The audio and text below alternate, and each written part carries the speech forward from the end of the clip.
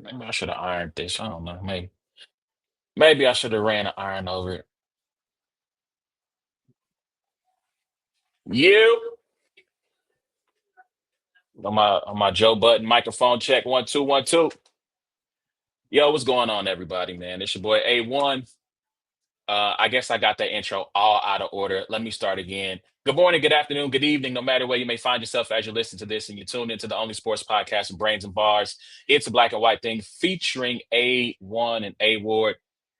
I'm one half of the dynamic duo. I'm A1. You please remember you can check out every episode of It's a Black and White Thing by going to the podcast app of your choice, wherever you get the good podcast, searching for It's a Black and White Thing or Brains and Bars. You'll be able to find us there. You can also check us out on social media, TikTok, Instagram, Facebook, and Twitter by searching Brains and Bars. And we are live right now on YouTube. Search Brains and Bars, hit the like button, hit the notification bell, tell a friend to tell a friend it's them boys again. Normally I got my guy, my homie, my ace, A War with me, but he's got a big important battle coming up this weekend. Shout out to TBL versus Jada Nightwing. So, we gave him a week off. So, I had an option. I could do the show solo dolo, or, I could call in the fill-in Frank of It's a Black and White Thing. Shout out to Frank Isola, and pardon the interruption. So I hit up the good homie Titus from LTBR, the group chat pod, which airs on Sundays on YouTube. Shout out to Let's Talk Battle Rap. Shout out to the whole team there: Jay Schmo, Q, France, Ty. All right, Yeah, am I saying that right? yeah. So Ty and Tati, I had to like catch myself because I almost went. I'm so used to seeing her on Twitter. The Ty almost came out. I'm like, Right. wait, no, Ty. Anyway, shout out to the whole clique, the crew, the gang there at Let's Talk Battle Rap. Good to have the homie Titus in the building, man. How you doing today? Oh, honored, man. Always pleasure to be here. Every time I get the A1 call, I'm like, yep, I'll be there. I will I, be there. I appreciate you. I appreciate you. So we got a lot of interesting things we want to talk about. I won't because you guys have already talked about this. I don't want to step on the work. So anytime you're on and there's a battle rap event going on, I normally have one question regarding an upcoming event. Please, if you haven't listened to the group chat pod that they did this past Sunday, you can find it. I'm pretty sure it might still be on Twitter at LTBR. You can also find it by searching for, is it LTBR pod? Is the LTBR on It's Let's Talk Better up on YouTube. Let's Talk Battle Yeah, Rap? Let's Talk Better. Yeah. Search Let's Talk Battle Rap on YouTube. If you're not subscribed to them, subscribe to them. Go check out the pod where they break down all the battles going down this weekend for TBL. And I'm pretty sure you guys did a recap of Smack's Twitch event with the with all Snack Trap. the new class. Yep. So yeah, so y'all go check that out. But I do have one question I would like to ask you from that event. That's the main event, TBL. Eazy, the Black Captain versus New Jersey Twork, going down this weekend, main event. And so my one question for you from that event is obviously, there's been a little bit of controversy with this card. You got Eazy making the request to have a couple of battlers pulled off the card. TBL uh, agreed, right? And so that has created a bunch of an extra storyline going into this battle. What is the path for victory for Eazy the Block Captain versus Twork that doesn't include any self-sabotage by New Jersey Twork? So that's no Jersey, no no choking, no unpreparedness. We got 3 rounds of material from New Jersey Twork. So what does that path for Eazy look like? To me, it's studying the Geechee Gotti and Twork battle. I think people have perception of the Geechee Gotti and Twork battle that Twork choked. He just received the belt for 3 rounds. Like he didn't choke once against Geechee Gotti. Gotti just put the belt to him. And to me, that showed me, I think Twork is his one vulnerability to me, or one, well, yeah, besides himself, right? I think in terms of battling, I think he's always kind of vulnerable to the talkers. Mm-hmm. I think they can always do something he doesn't, because he can talk, but he doesn't do it that much, right? I think guys who kind of made that their lane put him in a bit of a bind, and the battles always seem to be a little weird. Even him and Swamp, right? He choked in the Swamp battle, but Swamp they were doing different things. and it came out looking very, very lopsided. Even when Twerk was clean, it came out looking lopsided. But Swab is talking, Twerk's more so punching, being creative, doing the haymakers, right? So I think that's kind of the path for Eazy. Eazy is just doing what Eazy does, and maybe nullifying some of Twerk's energy with that. Uh, that's kind of where I'm at with it. I've been very back and forth in this battle. I had Twerk, but now I think Twerk should become a favorite. They're giving Easy because I think because Easy is such an unlikable character. I'll just say it. Like it's easy to not like. It's easy to not like him. It just is, right? It's very easy to not like Easy. I think it's got those places people kind of underestimate. That is still one of the best in the world. Like he's on the Mhm. 30 list every year for a reason. Like win or lose, like I think he's got long view one of it. I think should smoked him. I think should kind of smoked him at a battle. But like Easy's still a very, very good battle rapper. I think giving him somebody that talented and underdog curve, it's a little bit dangerous for the Mhm. perception of what can happen. So I think all the cards are kind of in Easy's favor here. Kind of are, I think. It, is this the first grudge match for Twerk? I was thinking about this John going John. into I think John John will be the only one I think of. Because they John John built that up a little bit and where it was gonna be very important for Twerk, and then Twerk just kind of walk the room. yeah. Although John Like John always he swears he did not lose that battle, or maybe he it's feels he didn't get 30, one or the other. But it's a nice thought. I was in the building, not know. We were in the middle of Atlanta, brother. That was not it. um, interesting. But see, I don't feel like there was ever any true animosity. I feel like that was battle rap. Is there? That's fair. Yeah. Maybe I'm reading too much into it. Is there any real animosity between these two? I feel like there is a small level of it. Yeah. I think it's been high. I think it's been really high highs. And I think it's weird. Battle rap's so weird because like by the time a battle gets booked, it feels like they're not angry at each other anymore. Every time, right? People be really mad then the battle gets booked and like the anger's less than it was. Because you remember you watched the stream with a pop the Hitman and Luca. I don't remember what it's called. It was But when they announced no, it wasn't Apollo. yeah, Oh Apollo gosh, bulletproof, but bulletproof. Bulletproof, yeah. When they announced about it, you see Twerk and Easy on stage like laughing and watching the trailer together. I'm like, oh, see, I don't see this. You're ruining my kayfabe. Get back in kayfabe. You know? But I think there's definitely a competitive level of animosity. Easy kind of spoke this. He was like, I don't think it's dislike between us. Like, I don't think it's real dislike. I think we just battle rap. We're competitive. We both think we're gonna smoke each other. So I think it's more of a competitive nature, but they sold it really well. I think it was a point where it was like actual anger. When the battle, when Easy unbooked when it was supposed to be on the trenches, he's like, no, whatever happened with that situation. And of course, I'll call him a duck. I think he was actually kind of up right there. But yeah, So last I guess kind of question, and I'll get a little messy here. Let's get let's do negative. it. Let's do it. It's a good Do start. you think J2 and Hustle show up? No,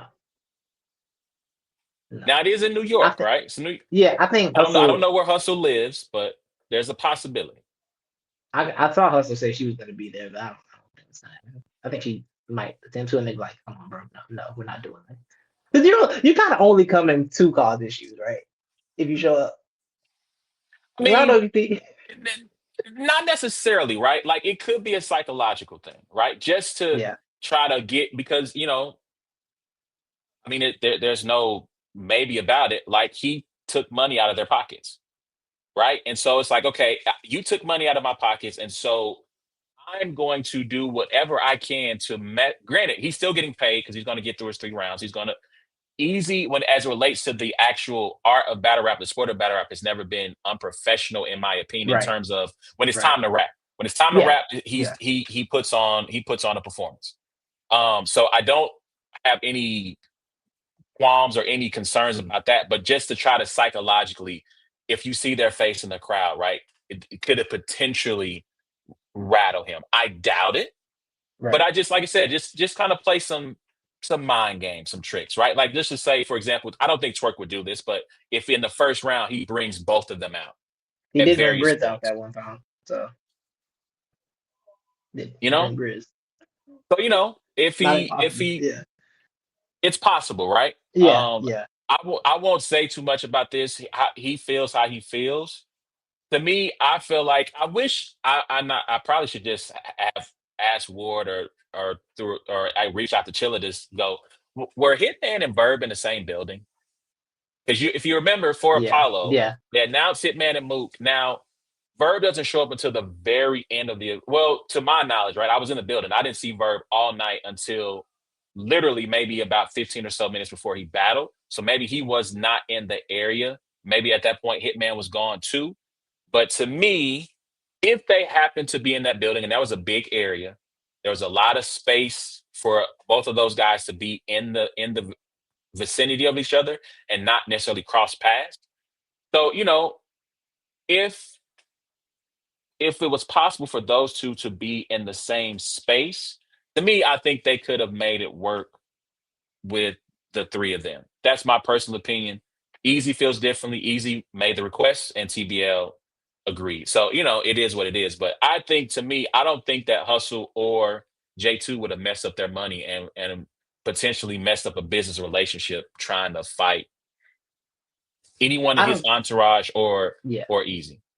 I don't think it was that easy. That was a situation because I kind of understood both sides of it. I did understand because the thing J2 a little bit insane. I'm like, yo, you were tripping, right? So I did understand he's effective on it a little bit, but the problem with Easy is just that it's always something with the easiest. It's always something every time with the easy event, and it's like at some point, even if you're right, why is it you? Why is it always you? Like, 'cause it gets beyond being right. It's like, why is it always with you though? And that's kind of where I was with it. Because I understood what he was saying in terms of like, these are people who don't, there's no respect there at all. So I don't want them in the car I don't want them in the car with me. I get that. I do get that. But it's just like, always you, bro. Every time it's you. I mean, as a person who tries to live peaceably with all men as much as Mm-hmm. possible and women, And I do hope that someday they can break bread and resolve whatever their issues are. It's battle rap at the end of the day. It's a little big family, and at some right. point you're going to cross paths, right? There's going to be some event where you're going to see each other. Come on, God. Let's be adults here. Right. Let's be grown ups. Right. Let's squash whatever. And not saying y'all ain't got to be buddies. Y'all ain't got to be DMing each other and be friends. But let's just try to squash it and move on. Can we? Yeah. Shall we? Yeah. Please, please. All We're right. all I over don't they're really. all over I go 35. They're say it all like again. 35. They're all like 35. Like we're too grown for this behavior. Eh, I mean, so to that end, I don't need haters. Like I don't need I, haters. I don't need ops. I don't need people who don't like. Granted, you're the yes. villain in somebody's story. No matter how good of a person you might feel yourself to be, you are a villain in somebody's story. Yes. Period. That's just how it is. But I don't need people who have a outward disdain for me. Right? At least talk behind me behind my back. Just go talk, get in the group chat, subtweet me. I don't Right. need direct aggression in online or in person or at all. Like it's not worth it. It's just that's Right. that's just me. Right. Right. But it's battle rap. Negativity is where negativity lives. So there's always bound to be some of it. But yeah. But anyway, Hmm. if you're going to be in New York, I believe there might still be tickets left to purchase to attend the event in New York.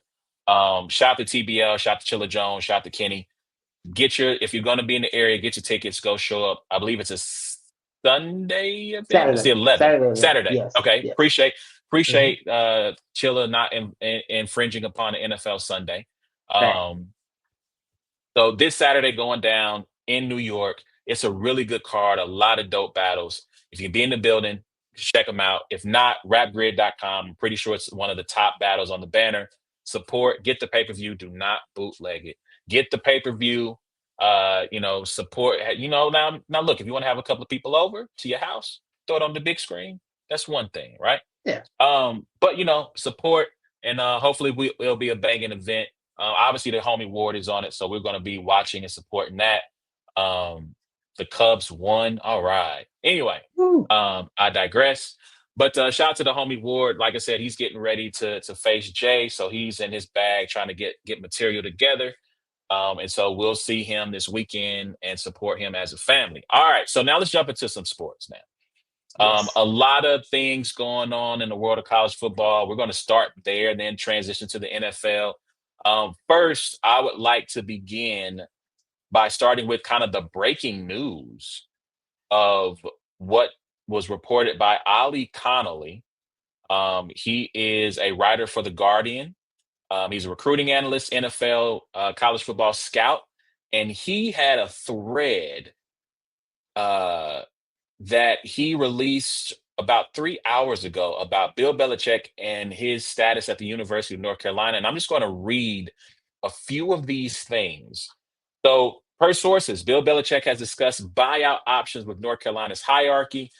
Belichick has signaled a willingness to trigger his own $1 million buyout if he can find a soft landing with another team or in media. The reporting goes on to say that members of Belichick's coaching staff have already spoken to other schools who are expected to be in the CF and the college football playoff about taking on roles. From one coach, and I quote, "The rats are leaving the ship," end quote. They believe a change will happen in 2 weeks. There are reports of serious recruiting violations. Uh, Recruiting and practice violations have already been proven by the school, according to multiple sources. Um, yeah, yeah. Final quote I'll read to you from one UNC defensive assistant. What we've done to this kid, what we've done to these kids is bleeped up. Um, so yeah, all good times in Chapel Hill.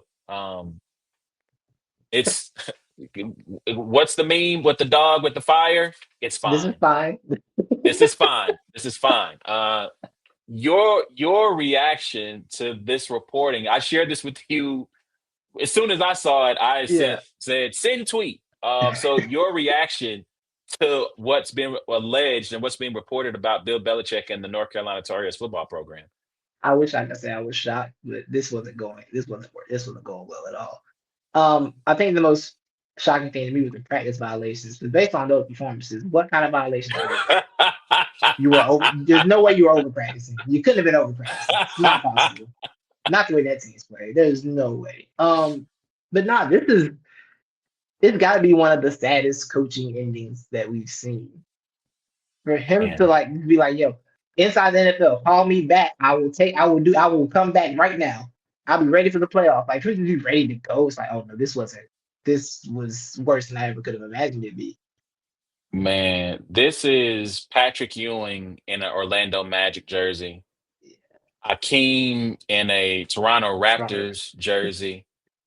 Like this is Shawn Michaels with tears in his eyes, looking at Ric Flair while Rick is tearfully telling him to bring it on as he super kicks him out of the WWE. Like this is embarrassing. Yeah, We knew Bill had lost the plot when he made G.I. Joe Judge and Matt Patricia offensive coordinators in New England. yeah, And if I'm Mac Jones, he's got to be looking around going, what in the world have I signed up for at that point? But to see it in this way, to see it a legend essentially go out on his shield looking like a sucker. Like I don't it's and bad. if you there was a story that came out from ESPN that when he first got to Chapel Hill that he fired like basically everybody, including compliance staff. You know, the people who keep you from racking up mass recruiting violations. Yeah, You had him and Mike Lombardi with all this fluff about we're going to be the 33rd NFL team. Shout out JC in the building. Josh Carroll. You got him talking about we're going to be the 33rd NFL team. We're bringing the pro game to college sports. And anytime you show up talking that talk, it never ends well. Shout out to Charlie never. Weiss and the schematic advantage that he brought to Notre Dame. It never ends well when you show up on the scene talking about you're going to do all this really big talk. And the thing to me that was going to doom him, what I think they said there's over 70 new kids on this team. So Yeah, they basically wiped out the entire roster, brought in a whole new team, and for one drive against TCU, it looked like an NFL squad. One defensive drive, one offensive drive. It looked like they brought the 33rd NFL team to college football. And ever since then, it has been nothing but lowlights. I saw a stat that against Clemson, In 4 plays, they gave up 150 yards and 2 touchdowns. Four. Oh my God. There was I didn't read all the quotes. There were reports that they couldn't get a hold of Bill Belichick during the bye week. He could not be found. He was missing in action.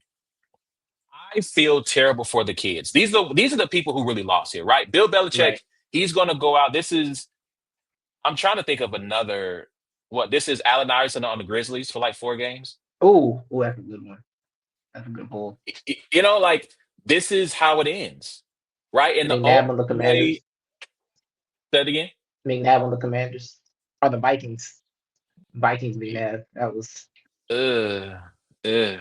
I forgot. Now that's a good pull because I forgot completely about that one. Like you're watching him go out on his shield like this, and it's just such a terrible look. And it's a one of my homies said, "What a way to tarnish your legacy," and that's what it is. Like you, the ending in New England, it is what it is. Time right. passes you by eventually at some point, but to go out like this, I just can't believe it. I can't believe it, Yeah. and I don't know where North Carolina goes from here. But it was a terrible decision to hire him in the first place. And you made like you said, you gave everything up to him basically. And Bill Belichick is one thing. Mike Lombardi, man, he's never been good. I've never gotten the Mike Lombardi thing. I've never understood this with him. He's always got a job, but I've never seen him be good at it. It's incredible to me. Um, but yeah, the for Belichick, right? Because like I said, the Patriots thing, I wasn't too shocked by that. Because still, even with the Patriots thing, you can still look at it and be like, yo, those defenses are somehow still really good. Like nothing else is working around him, but somehow his defensive mind is not afraid at all. So I remember, I think it was Lamar Jackson MVP year probably. They held that offense to just a few points. They're like, yo, this is kind of crazy to see still at this point with this team that's not really good, but they're still being able to do those things defensively. This one right here, I'm like, no, this is trash.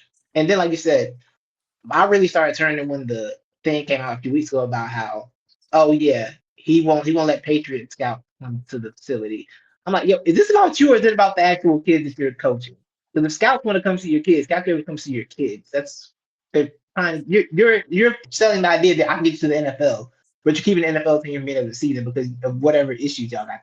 That was when I was like, nah, I'm done with you, bro. Well, I don't know if you saw this, but obviously Drake May had a really good game against the Bills this past weekend, and so it was reported that he wouldn't even allow the university to tweet out any highlights from the game, Yeah, yeah, I and did. then Yeah, collectively there was backlash from the North Carolina community, and they bullied him into the account into adding Drake May highlights into their Carolina or Tar Heels in the NFL reel. yeah, And it's like you're trying to get kids to come to your school. You need all the help you can get if you want to be honest, right. looking at the roster. And yeah, you want a quarterback who just defeated the last undefeated team in the NFL. You want his highlights on your look at what we produce. Look at who came through. Like, I don't know. I don't know. That It's it's like I said, it's truly over. I don't know who gives him a job again. I know Atlanta was reported that Arthur Blank was close to hiring him until apparently his biggest hater.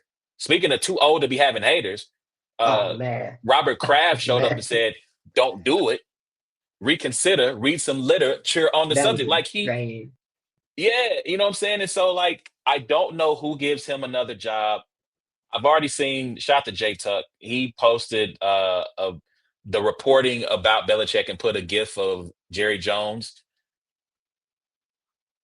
Hell would freeze over, unthaw, and refreeze again before he brought Bill Belichick into that organization. So I mean, I just yeah, I think this is it for him. And I mean lacrosse. I guess there's always lacrosse. He's a big lacrosse guy. Yeah, There's yeah, always there's that. that. And And for high North school Carolina, football. basketball's right around the corner. Um, and I don't know if that's a Oof. good thing or a bad thing anymore. That's the sad part. I don't know if I'm excited for that. Well, shout out to Hubert Davis. I This guess. is a make or break year for him. And it's more if it doesn't work, it's going to be broken fairly soon. They overhauled the roster again. They have more. they have taller players. Of their rotational players, their shortest one is Keon Evans, transfer from Colorado State. Shout out from Kansas City, by the way. Shout out to Keon and his people. Uh, yeah, I think JC. I think that might be it for him. Um, but this is like you said, it is make or break, and he's got a lot of size. There's going to be kind of the return of the double big lineups. You're going to have a Mm, couple of 6'9", 6'10", 11 guys at the 4 and the 5. I'm hopeful. I have yeah, no expectations. I'm hopeful. That's all I say about Hubert Davis, and I hope he can get over the hump. But yeah, man, like I don't know what these kids are going to do though. They all showed up to this school with the expectation and the hope that the promise that this guy was going to be a pipeline to the next level. And it looks like a lost season. How many of them will still be there? right. If these recruiting violations come to pass, like who wants to coach there with that hanging over your head? I'm I good. thought about Kirk Signetti from Indiana. I thought about Fran Brown from Syracuse, kind of some hot coaching names. But I'm just like, I don't know. Obviously, if you're an assistant coach who's looking to make his mark, I guess maybe. Yeah, But I don't know. I don't know. Yeah, yeah. They're stuck. They're stuck. they're stuck. They're stuck. And there And was the last thing. There was a report that I heard about this. I looked at the right time, and he was saying that like there was like a group of five coach that said Carolina was competing with them for recruits, and like yo, if a Power Five school is competing with us for recruits, they are not going to be good. Like, yeah, that sounds right. man, like I said, I mean that goes back to the story I read that there was just a fundamental understanding of what it took to get really good recruits, which is the life. To me, shout out to Dion and prayers up to him because I know he had, Yeah, talked about his toe and the blood clots are back. But I think there's a fundamental understanding of what it takes to be successful at that level by both him and Belichick. I know he Dion wanted to focus on getting like 3 or 4, maybe 5 blue chip recruits. The rest of it's kind of like portal work. But right, to me, in college football, until the end of time, recruiting high school kids is going to be the lifeblood. It's how you build a program, how you maintain a program. And then shout out to Dabo, the portal is how you supplement what you're missing, right? It's not meant to be, okay, we about to go, to Aldi and load up on everything we need because it's cheap. You know what I'm yeah, saying? Nah, it's meant to be, you get all this the shout out to Bill Parcells, you get all the groceries from the big store, right? You go to your right, Walmart, your Target, then you go get the little cheap stuff from the Aldi or from the Save a Lot, whatever little the Piggly Wiggly, whatever the chief off-brand Dollar General store you got, Five Below. That's where you go get the little, the little knickknacks. But the good yeah. stuff comes from the big department store. So y'all, let us know what y'all think, man. I mean, good luck. Like I said, I feel terrible for the children because the kids, they're the ones who are going to pay the price ultimately. If they're going to be recruiting violations and then penalties or sanctions, they're the ones who pay the price for this down the line, not Bill Belichick and not his cast of coaches who most of these people were not being sought out. I think that was the red flag too. That most of the Yeah, people he put together were not being sought after. There were a bunch of right. guys who were sitting on the couch waiting for the phone to call. And so, yeah, man, I don't know. What a messed up situation. Um, so let's keep going to college football. I forgot about my little diatribe. I might get to that in between the NFL, but um, let's get into last week. So last week, not a bunch of headline worthy things, but the biggest headline coming out of last weekend's games: Penn State going to Westwood, going to the Rose Bowl, losing to UCLA. And what ended up being a very entertaining game. Hold on one second. I'm not an Aldi guy, so shout out to JC. I apologize. I'm not familiar with their games. Some Aldi Cheez-Its are better than the actual Cheez-Its. I literally I could walk to an Aldi. There is one right around the corner from me. I'm gonna try that out this week. I'm gonna go to Aldi, get the Cheez-Its, and I'm gonna report back, JC. And I'm gonna slander your name like crazy. If they not, we blind taste testing it. We're gonna blind taste test. If they not hitting, I'm gonna slander you. I'm gonna slander you like crazy. Just letting you know. Um, but Penn State gets shocked by previously I won't say undefeated, previously winless UCLA, who had not led a football game until this game here. What does this say about the state of the program? What does it say about James Franklin and his future with the Nittany Lions? It, the whole James Franklin thing is he doesn't win the big one. This was a little one. This This is the was a little, this small is one. This was the minute one, this was, this was a tiny minuscule. problem. Yeah, this was Yes. myopic even. This was this was nothing, brother. You're supposed to go handle business and come home. That's all you're supposed to do. I was so confused. But I saw that I'm like, oh, okay. Because James Franklin, I was reading Penn State people, they're like, yeah, I don't think people understand how bad we were before Franklin came here. Like, you know what? That's true. Because they were really saying they saying 9 wins, 10 wins should be that should just be fine with us. We shouldn't be expecting too much more. I'm like, you know what? That's a good perspective and it makes sense. I started looking at them a little differently. Not Drew Allar though. I don't get it. Never understood it. No, Won't no, understand it. Refuse. no. But yeah, so I'm like, you know what? They lost another big game to Oregon. All right. But yeah, it happens. They lose big games, Penn State. But then when I saw that score when it was 27-0, I said, oh no, James, no, not to UCLA, bro. Not to Nico. Not to the Not Nico to era, brother. not to Nico, who had not looked good until shout out to Jerry Neuheisel, Rick Neuheisel's son, calling his first game, had never had a headset on before. It was his first time ever calling plays. And he was out there looking like Vince Lombardi. Chip Kelly. Like, I mean, he was out there dialing it up against, again, Jim Knowles, right? Yeah. College football champion, defensive coordinator Jim Knowles, and a bunch of kids who are going to be playing in the NFL.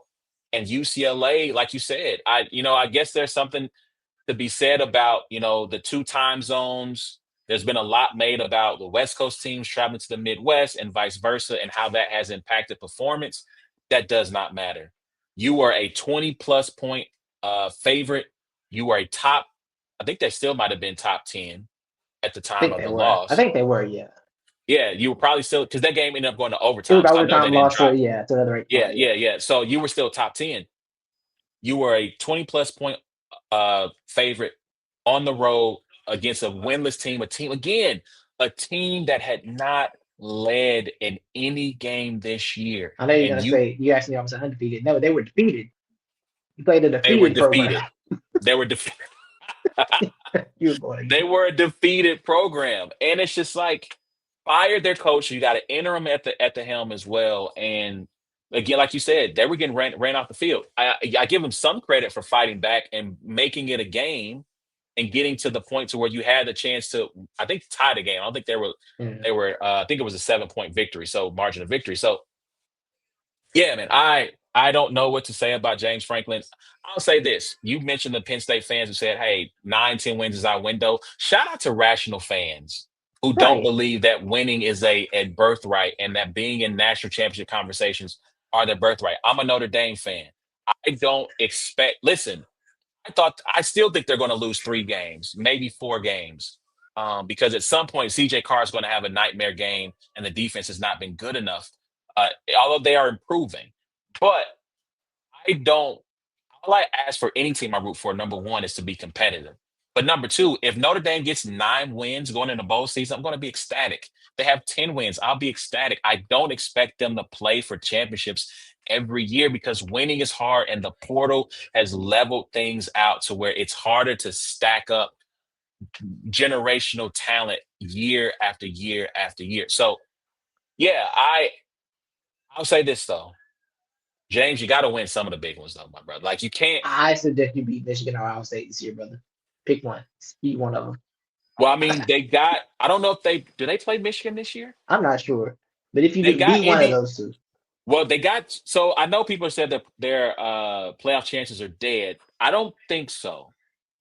If they can, but they got to win both of them, and they have to be undefeated when they face them. They got Ohio State and Indiana for sure Yeah, on yeah. the schedule, so they got to win both of those games, and one of them needs to be a blowout. Like they need to put the pause on one of them. I'm sorry, UCLA was only a 5 point game.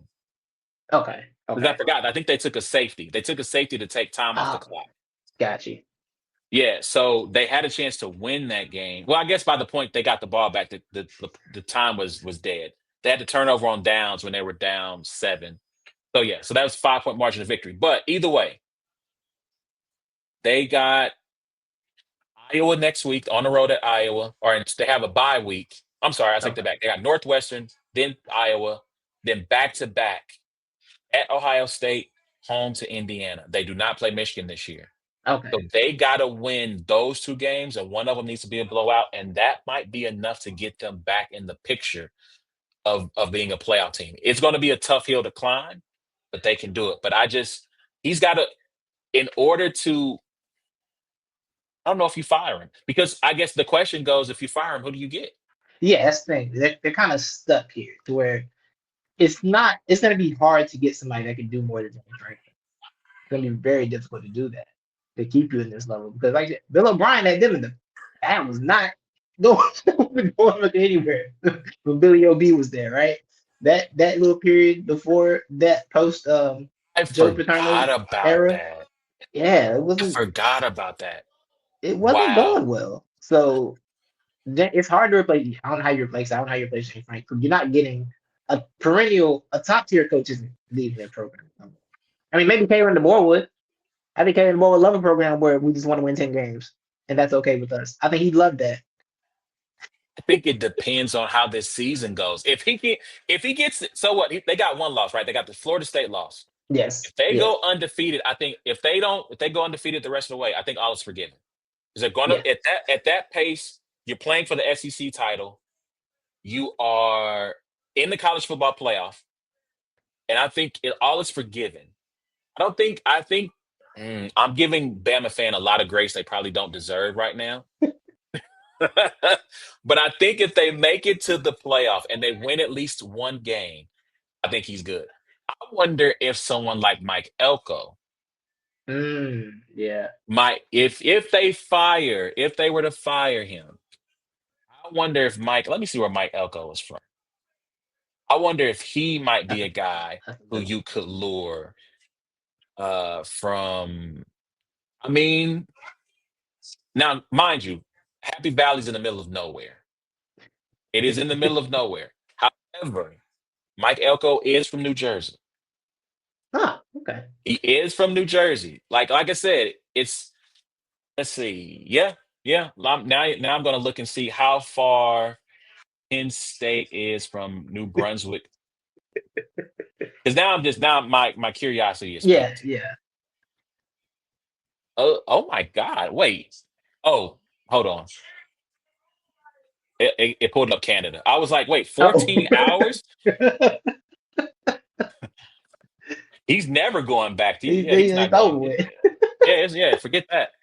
It's a 4 hour drive. It's a 4 hour drive. But Oh, okay. I'm saying that might be a Yeah. guy that, with enough money. Now it's kind of hard to lead the SEC, but it is what it is. But yeah, man, Yeah. I don't know where they go from here. Like you said, they got to win those two games. They got to blow out one of them. Indiana's probably the one where we're looking at putting BTA. That's the one where you got to do that, and maybe they get back in the college football playoff. But what a crushing loss! What a great win for UCLA though.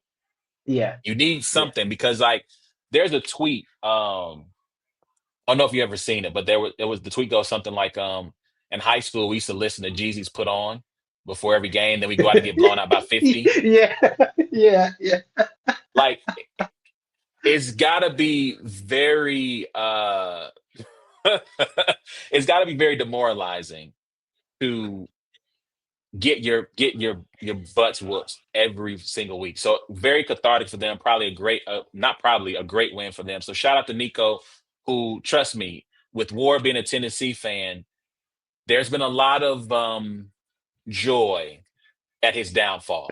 Been a lot of joy at his downfall. I'm Although sure. collectively they were rooting for at least one Tennessee Vol fan was rooting for Nico this past Saturday. So shout out to that young man, and hopefully this is the start of things being on the upswing for him in that Yeah. program. Yeah, for sure. All right, man. I don't feel like we really need to talk about Bama and Vandy. I mean, Bama's supposed to win that game. You're Bama for God's sake.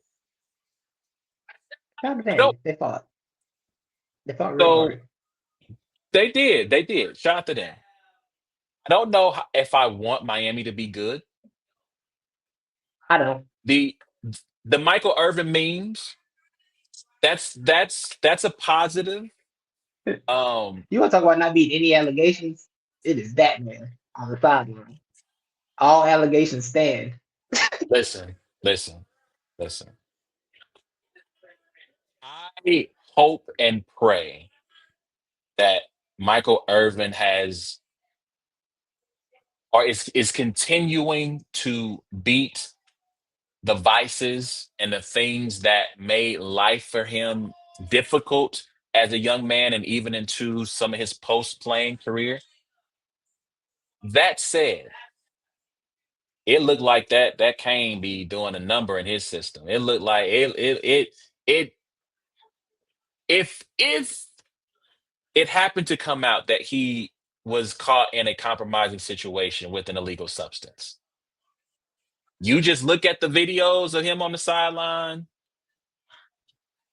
and you I go, I get can it. I see, see yeah, it. yeah, I Yeah, get I it. see I that. get it. I see it. I see it. I see it. I see it. I mean, because I'll say this, he is high on life and he is high on the hurricanes, Yes, yes, you yes. He know, is. That he and, is. That he is. and yeah, yeah. But I don't know if I can handle now, granted, I don't watch the Dan Lebertar show every day, but Mike Reeves having good things happening to him in sports is not something that I am necessarily a fan of because Right. he is very pompous and the clips will pass my timeline. I'm going to watch them. I'm going to be very annoyed. And yeah, but That's literally my 17 exact reason why I want them to be good. Like I like the show better when Michael's sad and Jessica's laughing at him. It's much better. It's much better when Mike's sad and Jessica's laughing. It's just a better show.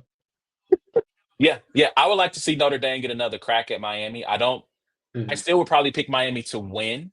But I do think that the offense is in a much better place now than it was when Mike Denbrock was having him throw 8 million wide receiver screens because I think he was terrified. And listen, I would be too. It's your first time ever playing college football in a stadium with 80,000 screaming maniacs. I get it. I get it. But I think the offense, he has found out what CJ does well and what he can't do. They're running the football now. So I would love to have seen that game happen at week maybe 4 or 5 and not to open the season. But I digress. But Miami seems to be back. And I don't know if you were on with me to start the season. I don't I can't think so. remember. I don't remember yet. But one of the to start the season, I said that my to me, the team that has as good a chance as any to win the national championship is Miami because they have a quarterback who I don't know if Carson Beck is a franchise NFL quarterback, but he's a really good college quarterback. And especially when he has talent around him. Yeah. Um, I think he left Georgia one because I think they were ready for him to move on, but also the skill position talent has not been up to par the last couple of years. Yeah. Miami has, and Malachi Tony has a really good freshman. CJ, oh God, it's not I Reynolds. forget his name, but I know you're talking about. Yeah, CJ he's Daniels. oh CJ Daniels is yeah. a really good running back. They There we got a go. Yeah. massive offensive line, massive defensive line. They have the talent that reminds him of Georgia, that is Georgia like. And with his experience, I believe he's a national championship winning quarterback already, I believe. I can't remember. I I No, feel like no. Because don't what's the name one of those two? Stetson. Stetson one of those two at oh, Georgia. you're right. You're right. You're right. You're right. Yeah. Yeah. But he's played in big time games, so at least he's Right. got that going for him. He's played in big time games, and he's got a lot of talent around him. And so I think that to me, that experience along with that talent is going to be really tough to beat. And I don't see them losing the game. I see them going undefeated, and I think to me they should be the betting favorite over Ohio State, who I really like a lot. But I just think that you're talking about taking again a first time starter and trying to have him navigate the minefield of a regular season and a playoff. Not just I don't see it. I don't see it for Ohio State. I do think it's probably going to Yeah. be those two for the title though. Yeah. I can see that for sure. I don't see much else in terms of competition. Like I just Oregon, they got to do it for me to think they can do it. You know, they've always been almost do it, but I decided to actually see Oregon do it at this point.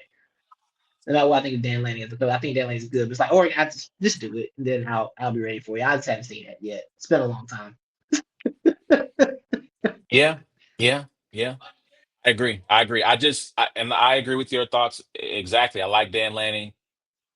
I'm a Dante Moore guy. When I thought he was coming to Notre Dame, that didn't end up happening. But I just need to see them prove it beyond just like the Big Ten title game or the first round of Yeah, the playoffs. So the second, like right. I need to see them prove it. And until they win it all, I just won't be a believer personally. Yeah, yeah. All right, let's flip the switch to this weekend. There's a couple of interesting games. We don't have to go too in depth on them, but we'll start with OSU taking on Illinois, who Illinois apparently has a really good offense. I've not watched a lot of Illinois football at all, so I'm not going to act like I'm some expert. But OSU at Illinois, who you got? I'm gonna take OSU. I think Illinois is gonna put up a fight, but I got Ohio State kind of just doing what's supposed to be done there. I agree. I agree. I'll do the same. Another top, or not another, but a top 10 matchup. The Fighting Signettis of Indiana going to Oregon and taking on the Ducks. Ooh. Yeah, yeah. Has has anyone in Indiana said anything that Dan Lynn can take as a slight? Because if so, Oregon's gonna beat them violently. If they haven't, it could be a competitive game. I like this Indiana thing has been shocking. What they did to Illinois a few weeks ago, I'm like, oh my god, oh, why'd you do that? Why'd you throw that to Stop him? it. He's already dead. Like, Yeah, cut it out. I think that's team that's ready to fight, but I think Oregon at home. It's hard to pick Oregon at Brid. I got Oregon in that one. So apparently, Kurt Signetti had previously mentioned the Oregon Ducks, uh, along with some other schools of paying high NIL uh, spending. That's the biggest hater thing to Uh, complain about too. By the way, that's a real hater complaint. When listen, when get tell Dan you. when Mike Gundy said that thing, Dan was like, some people spend to win, some people don't spend as used to why they don't win. I'm like, ooh, okay, Dan. And then Listen, they hung 70 on them. So listen, listen. Everybody can't be a big baller. Shout out to LeVar right, Ball. Everybody can't be a big baller. Get your money up, Brokey. you Get feel out me? there. Tell your boosters. You see what they doing over there? We want to. You want to play at the big boys. We need to get like them. I need that money. I need that Yeah, bread, or go to a school that's going to pay out that kind of bread. I mean, it's right. really that simple. Otherwise, get out there in the trenches and recruit. So apparently, no. Kurt Signetti was asked about the unlimited resources quote he had in the spring. He chose not to expound upon those. So Good he idea. just yep.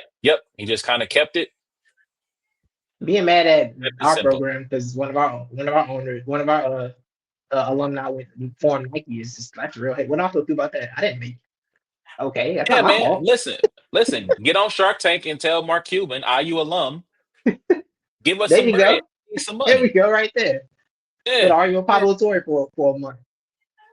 Spend some money, spend some bread. Mark, let's go. And be wrong at the same. Be loud and wrong about Right. it too. Be loud Incredible. and wrong. Um. So this is a under the radar matchup. Bama versus Mizzou. So my pick on this is contingent on one thing, on two things. If future U.S. Senate candidate Paul Feinbaum's radio show is happening on Monday or not. If the radio show is happening on Monday, I want Mizzou to win because there is nothing funnier than the Paul Feinbaum show after an Alabama loss. Did you hear after the Florida There it State is. loss? Did you hear that chaos that took place? I did. I did. It's like 8 minutes. Oh, it was special. 8 minutes of heat. 8 minutes of heat. Yeah. Yeah. Dude Yeah. called in and said, "Tell him take himself back to California." I'm like, not even from California. He just coached in the Pac-12. Like he's not even supposed to. He's supposed to watch. He's not from California, bro. Like, what are you doing? Stupid funny. Stupid funny. Yes, the Paul Feinbaum show is a lot more fun if you have people calling after Alabama loss, instead of having people call into his podcast when he's a U.S. senator and complain about illegal immigration. I would much rather Yeah, the former than the latter. please. What are we gonna Yes, do yeah. about these illegals, Paul? Build the wall, Paul. Oh That's so gosh. ridiculous. Anyway, But yeah, anyway, for the Paul Final show, I'm taking Mizzou just for comedy purposes. You know what? Because I have a soft spot, obviously being a Missouri resident, I have a soft spot for the school. I'm going to go with Mizzou. I don't think they'll win. Shout out to Ty Simpson. I think who's been playing really good football. Um, I'll I'm going to save that point for when we get into the NFL. Let me make sure I'm going to be able to make that easy transition. Yeah. I think so. Okay. Um, but yeah, but I'm going to go with Mizzou. Hopefully they every like 15 or so years they have a little resurgence. It's about that time, 2000 and I think 10, when they were number one in the country under Chase Daniel. I think was the last time Oh they had. yeah, that was Yeah, the yeah, thing. that was the That thing. was the thing. That was the thing. It was the last time they had national relevance of that stature. So I'm going to say it is time. They are due. It's been about 15 years, and they're going to get the dub. I think that's it for like kind of the interesting matchups. I think Tennessee's playing a nobody, so I think I'll take Tennessee. Notre Dame's playing NC State. They should win the game. Do you have a favorite college team? Not really. I kind of peruse and observe. Yeah, I wasn't an Ohio State fan, but then they had the tattoo thing, and so kids, well, you have to be punished if you can play in the bowl game because they need the bowl game money. And then they hired Urban Meyer, and I just don't align with anything about Urban Meyer. I was like, yeah, I think I'm done here. Fair, I think I'm kind of out. So that was kind fair, of it for me. fair, fair.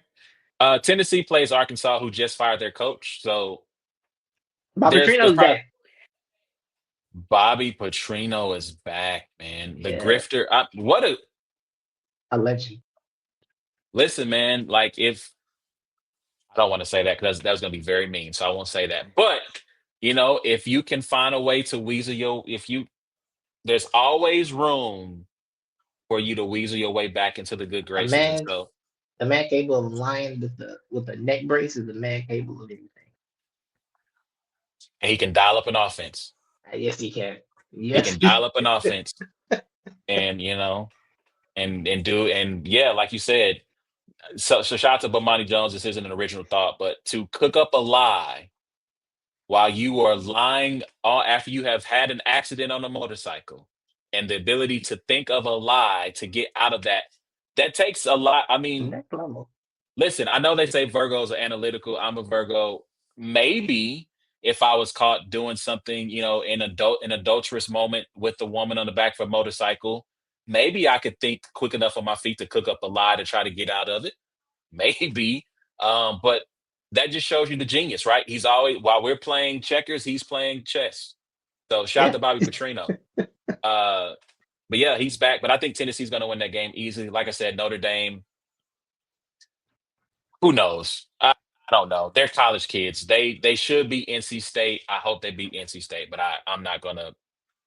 They should win the game. I'll leave it at that. Let's turn the page and let's jump into football. Let me see where we're at on time. Yeah, let's jump into football. Jump into NFL.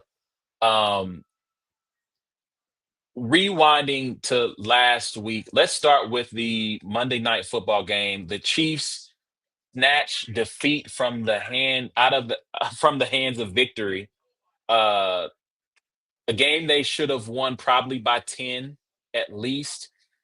Just a comedy of errors. And it's funny because that day in a group chat, me and some homies were talking about some of the most frustrating losses in the history of the Chiefs.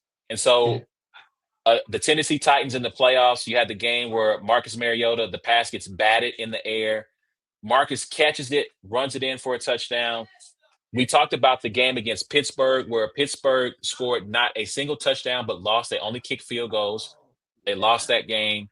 The game against the Colts in the playoffs, where they were up by, I think, like almost maybe 25, 26 points. mm-hmm. Colts come storming back, and there's a fumble at the goal line. Andrew Luck picks it up, runs it into the end zone. The ball pops directly back. So the running back gets hit.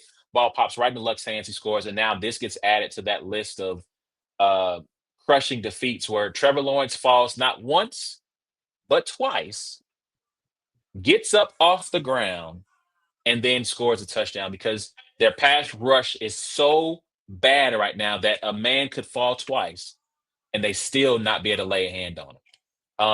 Aided by Chris Jones acting like a kid in Pee Wee football and just kind of wandering around aimlessly while the other 10 people are trying to win the football game. Some say he's still Um, standing there to this day. Same spot. listen, when so somehow I missed the play. I saw Mm. him. No, that's not true. I saw the play, but I didn't see Chris. And so when I saw the play on Twitter, I thought it was AI. That's how crazy it was. I didn't think it was real. So I got off of Twitter, got on my phone, got on YouTube TV, ran back to that Right, moment in time to watch it just to say, ain't no way. I right. know you lying. And then to just see him just kind of like, yeah, they got it. And I get it. He had been on the field that entire drive. He was gassed. But bro, you got to, this goes without saying, you got to finish the play. He got Yeah, in the press conference, I think today, and said something to the effect of, we got to finish that play. We got to make that play. Yeah, you also have to be involved in the play to finish the play. And I yeah. don't, and if I'm Jerry Tillery, I'm like, bro, what, we good? Like, what's up? Because he missed a Right. tackle that kept him out of, that would have kept him from scoring. But he also just deactivated his social media. So it's not a good week for Chris Jones. Yeah. Um, and I'll say this about the Chiefs. Shout out to my homies. Shout out to the national media who continues to say, well, the Chiefs, they were the better team. They just didn't win. They're going to be fine, and I think the offense is going to be fine. I have Mhm. confidence in that. Yeah. For a half, it looked like they were back for a half. However, if it happens one time, it's an anomaly. If it happens two times, it's a trend. If it happens three times, it's a pattern. And in all of their losses, I've heard the fan base and commentators talk about, well, they just were a couple of plays away. They just needed to do just a few things here and there. And in all of these losses, you can point to their best players. I think that first loss, Mahomes didn't play well. Travis Kelsey knocked out the player that they had put their whole game plan around to start the game. The second loss, Travis Kelsey dropped a short touchdown that ended up being a turnover. Yeah. And in this game, the defense was not. Jamari Connor should not be allowed to cover anybody one on one. Chris Jones loafing on the last play, and they cannot get home on defense. And so I have true concerns. Everybody. Last time we were like this, we made it to the AFC Championship game. That was then. This is now. You have Right. an incredibly tough schedule. You got the Lions coming to town this weekend, Ooh. who's playing some of the best football in the entire league right now on both sides of the ball and special teams. Oh, I forgot about Harrison Butker kicking the ball out of bounds inexplicably. That too. MAGA man is having a really rough go of it right now. Yeah. That's been the same for those comments, and that's like, hey, He's having a rough go of it right now. Respectfully, rather, by the way, that's how he chooses to kick it politically. That's how he chooses to kick it politically. Peace and love.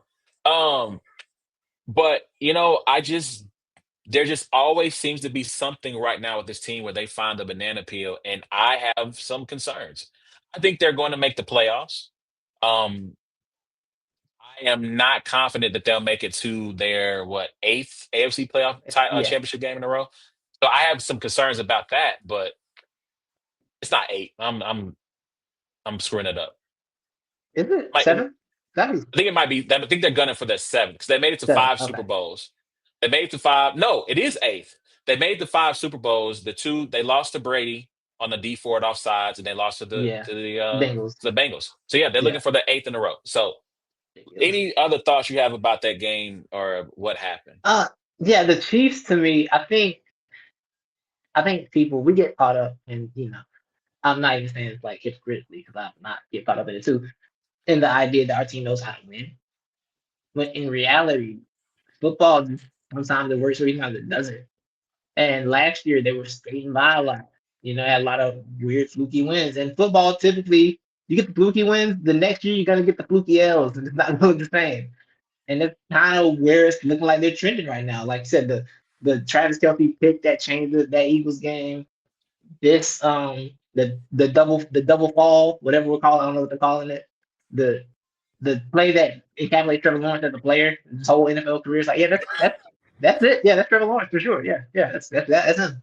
Um, it's kind of shake. It's how the pendulum swings, man. And they haven't had this happen yet. So I think they're kind of due for it down here. It's not normal to go to 7 AFC championships. It's not regular behavior. So this is kind of what's supposed to happen at a certain point. These windows aren't really that big. We see the Ravens windows about shut at this point right now. Like this is kind of what it is in the NFL. So I'm not too surprised when I look at it as it ends up tally. It's like you know what, this is kind of what football does at a certain point. So I'm not too surprised by it. But things like I said, they got Mahomes, so they'll be fine. It might be a down year this year. You have Patrick Mahomes though next year. You'll be all right. Get a decent draft pick. They're gonna be They aggressive. should. You'll be They okay. should. They should. Yeah. Listen, no disrespect to the Eagles, right? Like I know Howie Roseman gets a lot of credit.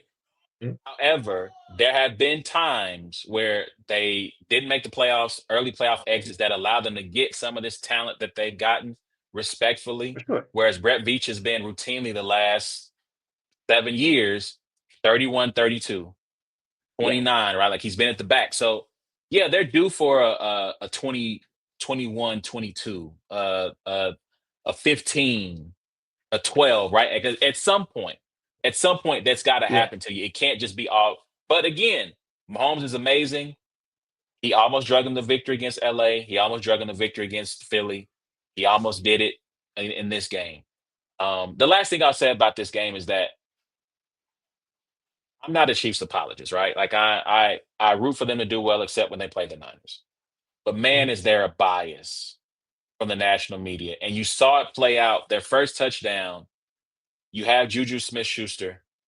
He sets the pick for Kelsey to score the touchdown. He's within a yard. They throw the flag. You have the Chiefs who, I mean, what are they supposed to do? Like, oh man, they got us. They're politicking to get the flag picked up. They pick it up.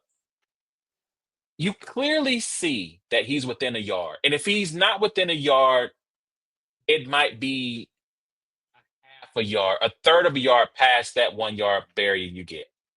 You have the rules analyst going, clearly it should be a flag. It's like, bro, it's not clearly. Number one, like you can literally see if there's a yard, like don't gaslight us. And these guys create these narratives. The interception that they got, it was incidental contact. The guy did not just, the corner just didn't decide, I'm going to just take you out before the ball gets there. It's Yeah. incidental contact. They blew the call. It's an egregious call. And I'm like, you could argue that they missed the call, but to say that it was an egregious call, and this sets this narrative in motion of the Chiefs get all the calls, the Chiefs, like to me as a broadcaster, you have to know how people are responding to this, and you can't help perpetuate it. And to me, Mhm. on Monday, they help perpetuate a false stereotype, by the way, in my opinion. It's a false stereotype, it's not true.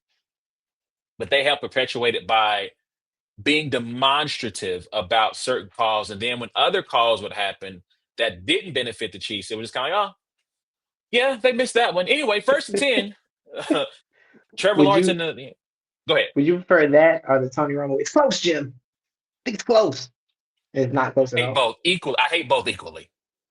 I've always liked Romo. Romo got on my nerves so much Sunday.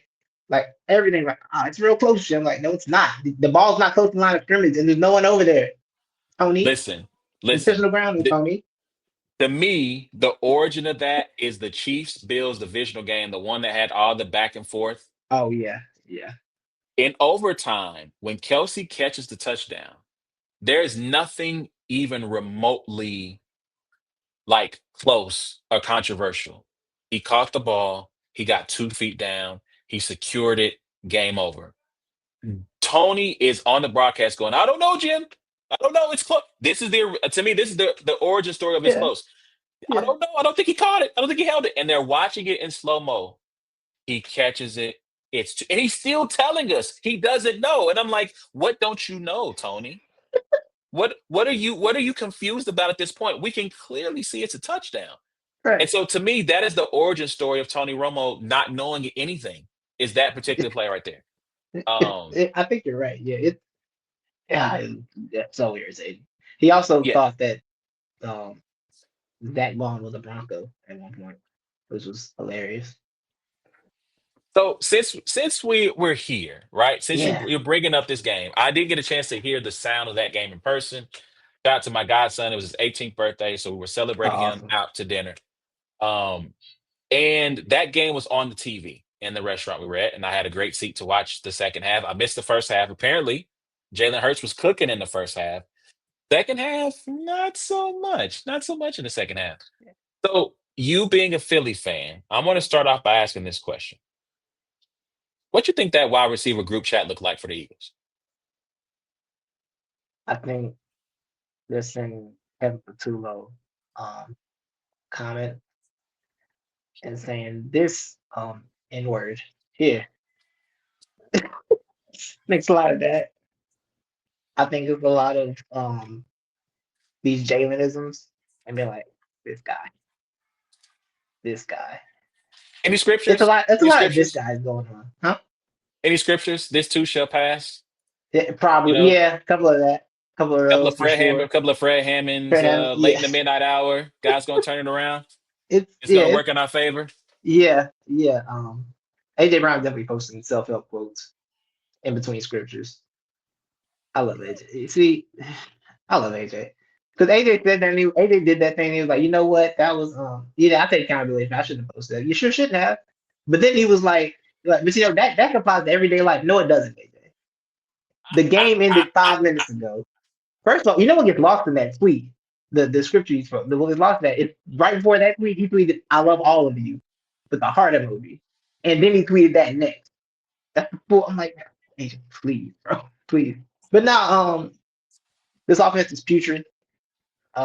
And it's only like half. It's only like putrid by halves. They can't just do a full game of being bad. It's like second half's good. Oh, cool. First half bad. First half good. Second half bad. There's no. There's not a full four quarter game. They can't find a balance. The best offensive play that happened Sunday, the Saquon Barkley wheel route. Get you drew that up. A1. Get you that Ooh, up. Jalen. That was in the playbook. Jalen and Saquon came up with that. Yeah, that was their play. mm, Yeah. Yeah. Yeah. Yeah. Yeah. That was their play. Their design. Mm-hmm. Wasn't in the interesting. playbook. Yeah, we're already going road. It's 4 weeks of the season. We're calling on Well, plays. well, I guess I'm a little confused why you Mhm. wouldn't have that already in the playbook. Like A you Saquon wheel have, route seems like something you should have always. yeah, yeah. Wow. Okay, Yeah, okay. wasn't in the playbook. Yeah, 'cause they even got on the NFL the NFL sound like he scored a touchdown. Saquon goes to jail like wasn't in the playbook. Like yeah, so yeah, that happened. Things aren't good here. My wide receivers are miserable, and I can't be mad at them for being miserable because there's no reason to have AJ Brown, Devonta Smith, and we can barely get them 10 catches combined. That's not good football. And I noticed it from the first game. I think you and we talked that first game. And I'm like, I'm not. I like how decisive Jalen is, but I don't like the fact that AJ Brown, Devontae Smith aren't open. Why aren't they open? What? That shouldn't be a thing. This should never be a thing where like yeah, this that good. There's too much talent. There's no way you can have this much talent. You can't get your receivers open. That's impossible. That's just an impossible thing to do. It doesn't make sense. I'm not happy. And I said I was going to be at peace this year because we won the Super Bowl last year and the mission was accomplished. But they're bothering me. They're upsetting me. Um, I said today, losing to the Broncos, I was frustrated. Losing to if we lose to the Giants tomorrow, I would Ain't be no way. I No would be way. livid. No, I don't think we will lead. We don't. No matter the thing about the Eagles is no matter how bad things are, if our stars are playing, we don't. If we're trying to win, we don't lose to the Giants. This is not a thing we do. We don't believe in that. We haven't believed in that for a long time while trying. Um, yeah, that's why Devontae Smith so on and off. He plays for he plays for the Eagles. This is our offense. Um, I don't know what to say. This is kind of what it is for the offense. Well, I mean, look, this is and so shout out to Cam Newton, right?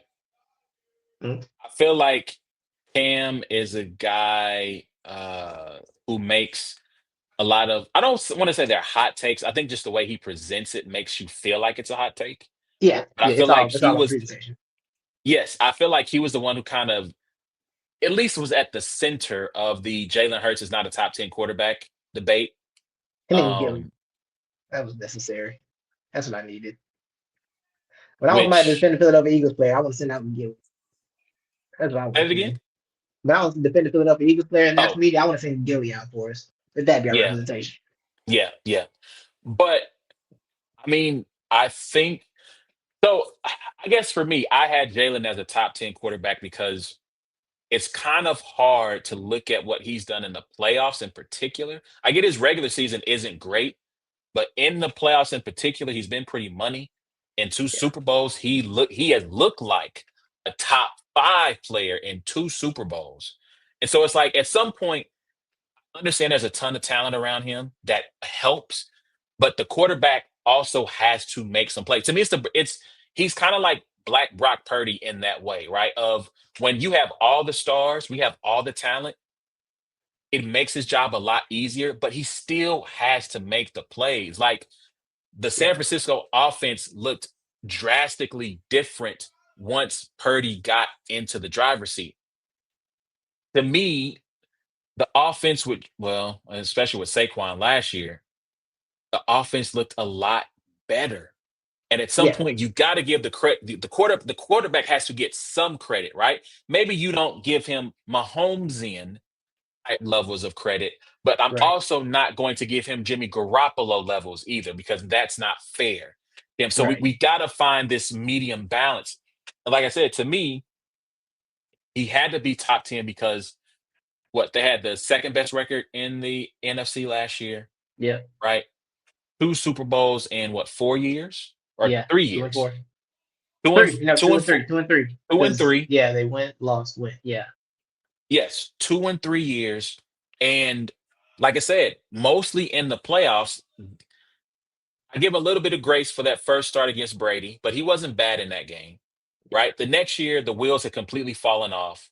No, the next year they go to it the was Super the Super Bowl. Bowl. Yeah, Go to the Super Bowl. The next year, the wheels fall off. The offense was a mess. Everything was terrible to end the year.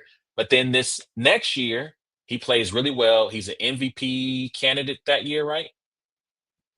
Was he he was MVP MVP candidate? candidate the first year, the The first first Super Super Bowl Bowl, year. first Yeah, Super Bowl, yeah. right? But The still, last year, they won like 14 straight. But he got a concussion late in the season that kind of threw it off. yep, Yeah, decent year, really good hmm in the playoffs, really great in the Super Bowl. And I just don't. It's hard to quantify what to do with him in that regard. Like I I said, agree.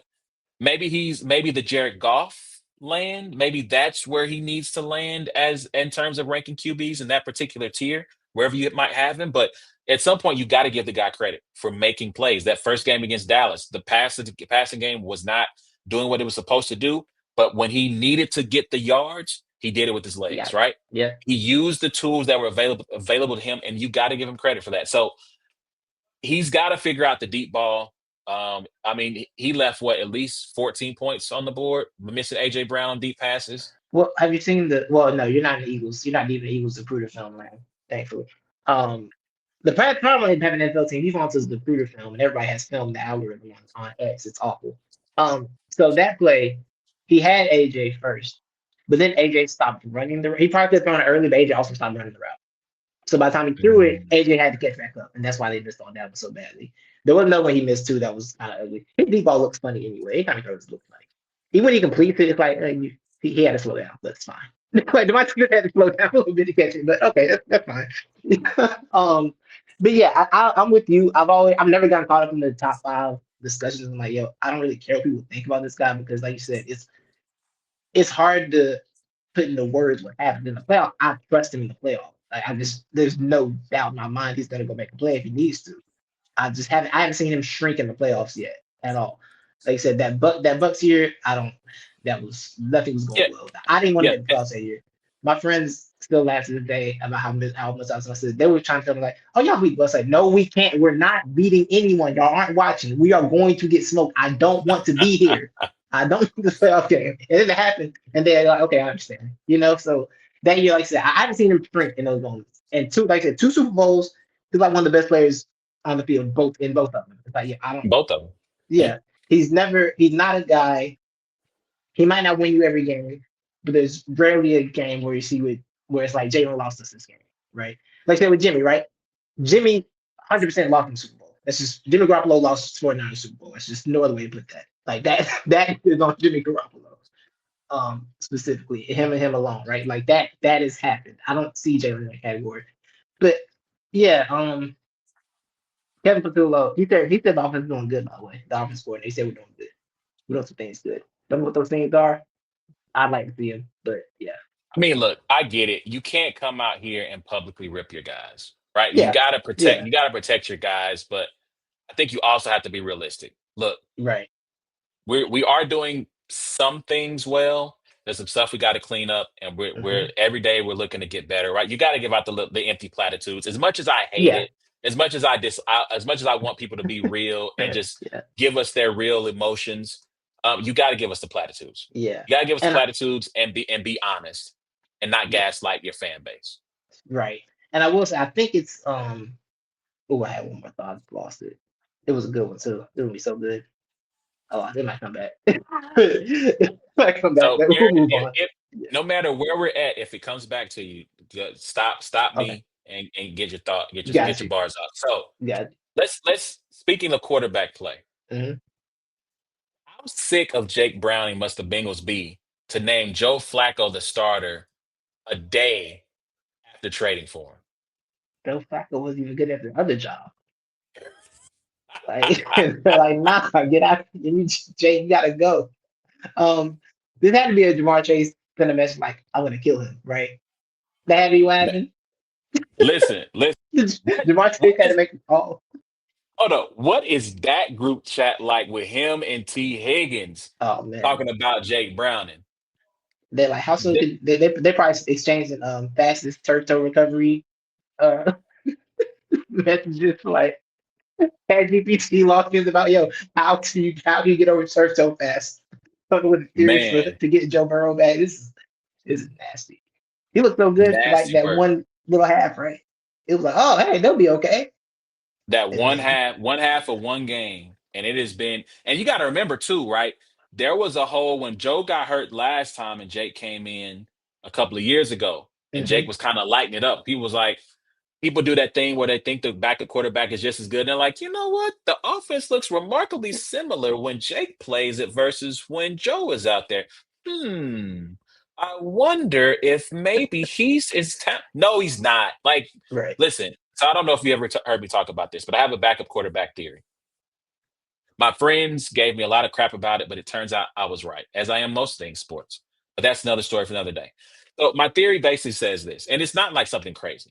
It's simply if your team has at least league average talent at all your positions, right? Some between league average talent and superstars. Your most important position then becomes backup quarterback because at a Mhm, minimum, your backup quarterback can carry you and keep you afloat for maybe 4 to 6 games, right? They're backups. right. They're not equipped to get you through an entire season. Otherwise, they would be starting somewhere, Right. right?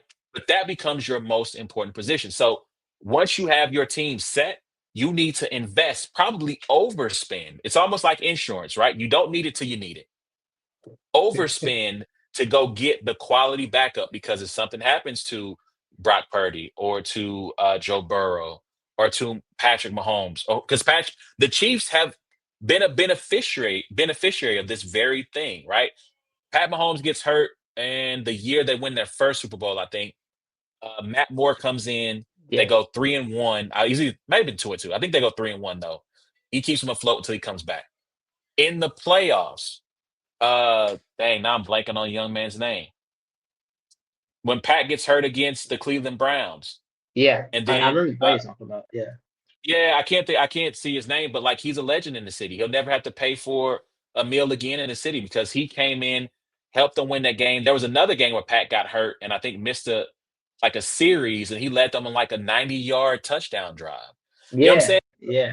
So again, like having that guy where again, he can be competent for a half, for a couple of games, for 3, 4 games, maybe up to six. Anything after that is just kind of like you just like it's like getting in your car that check engine light come on and you crank it and you just pray to God to turn over Please because you don't today. know. Please, Yeah, please not today. not today, not today. I got places to be today. Look, you can go out on me on the weekend, but right now I got to Right. get to work. And after work, I got to go to the store and get. You know what I'm saying? So Right. you're just kind of rolling the dice at that point. But yeah, like to me, that's the goal. And I don't know what Joe Flacco's going to do. He's got to upgrade on wide receiver. Maybe that helps. Right. Yeah. So here's my other theory about backup quarterbacks. It's the loaf of bread. So here's the thing. Loaf of bread, right?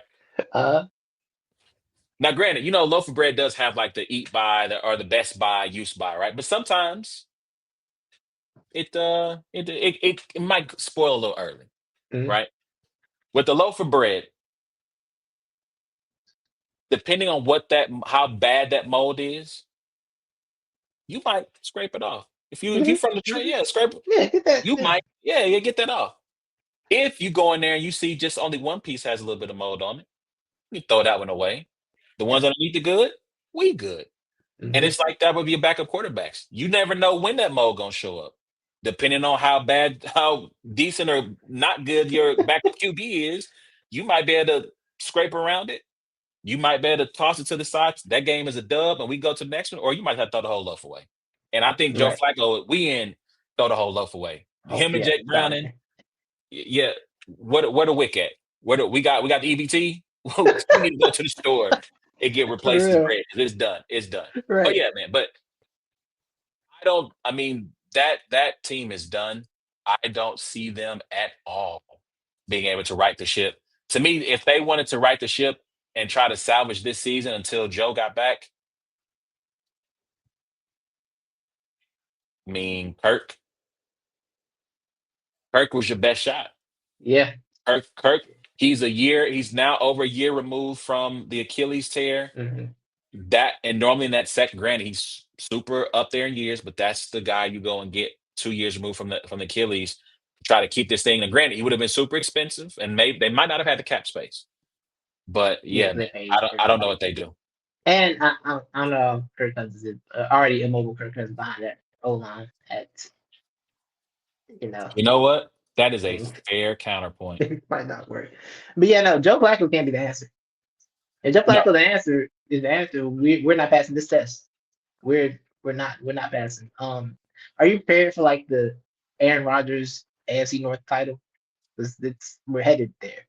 Because who else is going to do anything in the North? The Ravens are Lamar wasn't in practice again today, so we're kind of finished over there. who is their Um, backup? Who is their backup? Cooper I don't know who Rush, their backup. Cooper Rush. Oh, better than Dak Prescott, Cooper Rush. Yeah, that comes to that quarterback. He played 4 games, won what, two, right? Won 2-2, something like that. Just do enough.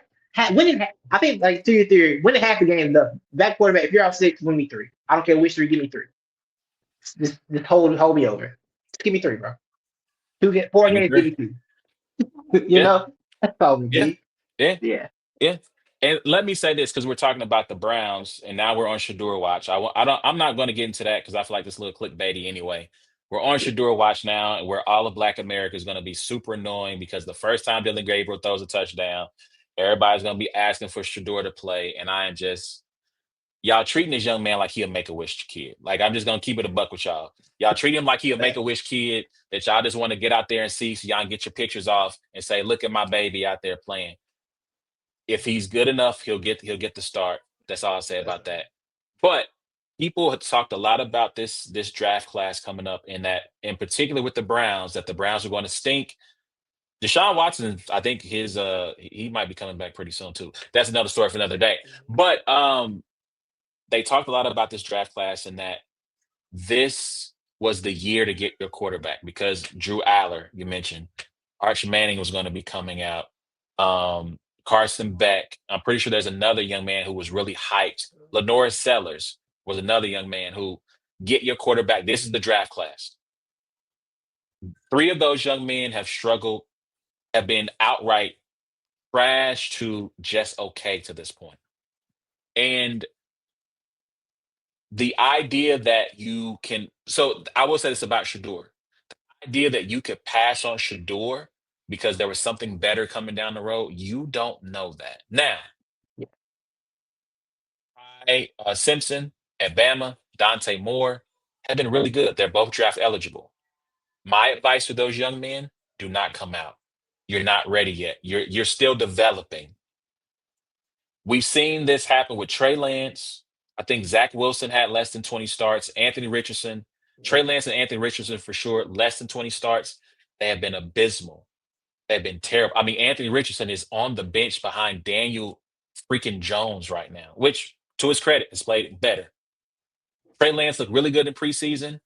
I think if he gets a shot, I think he might be, if God forbid, I don't want anything to happen to Justin Herbert, but if something happens to Justin, I think that Trey could hold them over. But it's also been 5 years. for Trey. Look, Mac Jones, I don't think had more than 20 starts at Bama. He I had think the you're one right. good year, Yeah, I think you're right. right? Yeah, too. And so again, like I'm not saying that it is without a shadow of a doubt. If you draft a kid with less than 20 starts, it means he's going to fail. What I'm saying is that playing going from college to pro as a quarterback, it's like learning how to drive, just driving through like the neighborhoods, Yeah, and then going to the NFL and they put you in the car and say, "Here's a stick shift, get on 85 in Atlanta and drive." right. Right. And so, like, if you're unfamiliar with Atlanta highway driving, the speed limit is just a suggestion. It's kind of like the Autobahn, right? There's parts of the Autobahn where there's no speed limit, and it feels like that sometimes. If it's not gridlocked, if it's free flowing, they're doing 90. And Yeah, the police are with them. They're not pulling them over. And so if you're not ready for that, it can be very overwhelming. I once crossed I think 5 lanes to hit my exit on an yeah, Atlanta highway yeah, going yeah, 85 the entire way. yeah, Right. So if you're not prepared for that, man, it is overwhelming. And so if you're going to, I would not feel comfortable if I was a GM risking my job on Dante Moore, who I really like, Ty Simpson, I really like, even Lenore Sellers, because I think Lenore I was gonna say that. Sellers Yeah, I saw some very report. They were raw. like, yeah, those guys like, yo, he probably number one pick right now. I'm like, but don't do that though.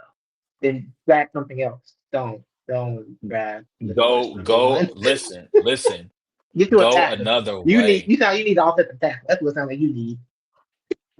You better have an Eagles like roster if you're going to Yeah, put your team in the hands of Lenore Sellers. So he's going to make 20 starts. He's going to get over 20 starts this year, barring injury.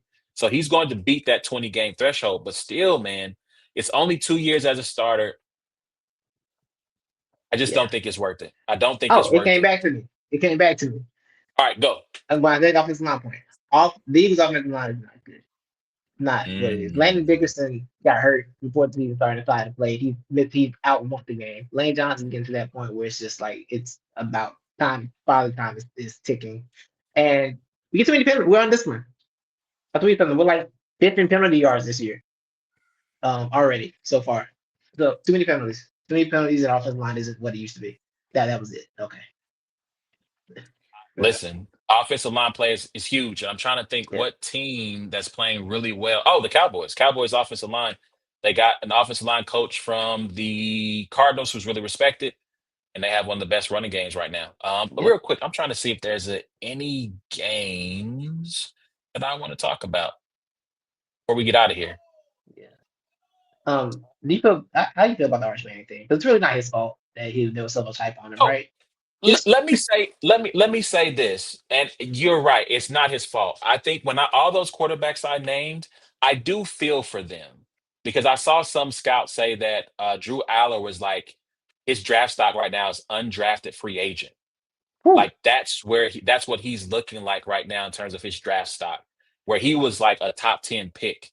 yeah, Arch, obviously, who never, even if he had a Heisman Trophy season, should not have come out. I right, think he needed a second year. Um, all of these young men have had such high expectations put on them by people because we are so delusional about quarterbacks. I get it. There is a lack of quarterback talent in the NFL, so they're always going to be thirsty for quarterbacks. But they put these expectations on these young men. They haven't met them, and now y'all are crushing them. And I don't think that's fair. right, Um, I was never high on any of those quarterbacks. I think I was the highest probably on the Norris because of his ability as a runner. But yeah. even then, he was so raw as a passer. Like you can't just. He's like Jalen in a sense. I think Jalen was more of an Early Jalen, accomplished yeah, passer in yeah, college, but like he's so raw. I would never use a first round pick on Lenore Sellers. Respectfully, it would either be yeah. second, third, or fourth, and probably third, in my opinion. He walked Um, out Bama like if he just missed the dude. And overtime, he was like straight missing, like brother, he was right there. I mean, You listen, know? Arch is just missing guy. They have Yeah, lost games. They should have beat Ohio State. He had players that he yeah, could have hit for touchdowns or on fourth downs to keep drives alive that he was missing. Drew yep, Aller has never been accurate. And that's one thing the scout was saying that the easy throws that Drew was missing in his sophomore year, he was missing them last year, and he's still missing them. And my thing is that if you can say that a man cannot hit the layups for 2 years in a row, why are we even discussing him as a it's first not, round yeah, talent?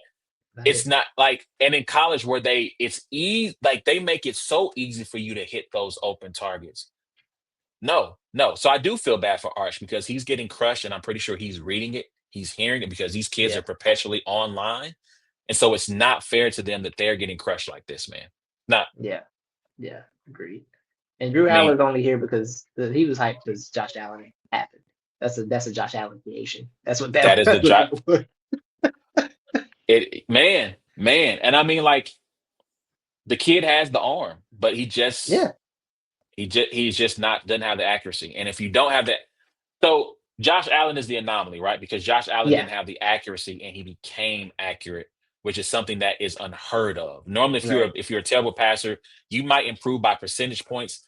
He jumped like 6 or 7 Yeah, percentage points in yeah, terms of his accuracy. So that is the exception, not the rule. And like you're right, if you're a big young man with any type of white, especially white, right? Because you love to have the racial comparisons, they got to be the racial equivalent. yeah, If you're a big, tall, white, athletic kid, yes, you're Josh Allen. yeah, I mean, listen, Bo Prabula from Missouri, he loves to use his legs. I think he's like 6'3", 6'4". Now he's not Josh Allen's stature, but mm, there's someone's going to make the comparison because he yeah, is a yeah. tough runner. So What's yeah, happened with John Mateer at Oklahoma? They're weak. Oh, they're ready. They ready. They're ready. I wouldn't put a first round draft pick on. Not, I wouldn't do it. I wouldn't do it. And I I like wouldn't him. do So it. So I like yeah, Deshaun Watson, but that was I do not a like first him. round pick. Not a first round pick. No. Maybe fourth, maybe fourth. Like Yeah. to me, he's Riley Leonard to keep the white on Mm, white comparison yeah. going. Yeah. This is Riley Leonard, There it is. you know. So, but yeah, man. Anything else you want to talk about before we get out of here? I think I'm good. It was a fun show. NBA's coming back too soon. I'm not ready.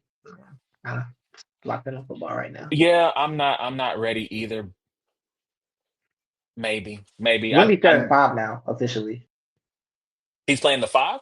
No, he's 7-5. The Spurs listed him at 7-5 today. So all the lines have stopped. He's now 7-5. So we're there. He wasn't 7'5" before. They said he wasn't. They said he was 7-3. They're 7-3. So they had And him. Rudy go, they And that's 7-3. I was like, hey, no, he's 7-3. Yeah, now he's 7-5 this year. That happened. Rudy Gobert 7'3". Let me make sure I'm not tripping. Let me make sure I'm not tripping. Y'all playing with me, man. Don't play with me, bro. Officially listed at 7-5. Let me. Okay, they got Rudy at 7'1". He Okay. still looked like he was 7'5" standing next to He did. Rudy. He did. Man, I He ain't trying did. to hear that, bro. I ain't trying to hear that. All right, man. I'm gonna save my rant about the NFL going overseas to another show. Oh yeah. It'll I'll come they back to got that one more too. they got more international games coming, so that it ain't going nowhere. All Is right, that man. 16 So of this year? Is this 16 fully? Or is that no, a no, no, future no, no, no, plan? no. That's the Oh, future. okay. There's 7 Oh, this okay. year. Oh, Roger wants to have wants every team to play overseas at some point. So he's looking at 16 international games. So yeah, yeah. I greed want to come knows back to no that show. bounds. Yeah, It doesn't. I'll make if I do it. If you got time next week, I'll probably get my bars off about it next week. But For sure. thank you, appreciate you. Thank you guys for Always. tuning in. You can catch every episode of It's a Black and White Thing by going to the podcast app of your choice, wherever you get the good podcast. Search for It's a Black and White Thing. Give us 5 stars. You can also catch us on YouTube, kinda weekly, once a week. Just depends on how I feel. Um, hit the notification bell, hit the like button, leave a comment, tell a friend and tell a friend it's those boys again. And you can catch us on social media: Facebook, TikTok, Instagram, and Twitter. Thank you, Titus. You can check out him on Let's Talk Battle Rap, the group chat. Sorry, I'll keep Yeah, blanking out. The you group can. chat podcast. Him, Jay Schmo, Q. It's always a good time. I always try to make sure at least I retweet it if I can't get a chance to watch it live. I try to watch at least a few minutes of it. Going down Absolutely. this weekend. Shout out to Chilla Jones. Shout out to TBL. A Ward 30 over Jada Nightwing. That's not really gonna happen because Jay's really that good. But that's what I'm going to, get in my prayer closet and pray that happens. Shout out to all the battlers on that card. Hopefully, it's a good event for everybody. Um, if you're going to be in the New York area, get your tickets. Go to rapgrid.com. Get the pay per view. Until next time, it's been a black and white thing. I'll holler at y'all next week. Y'all be easy. Thank you again, Titus. No problem.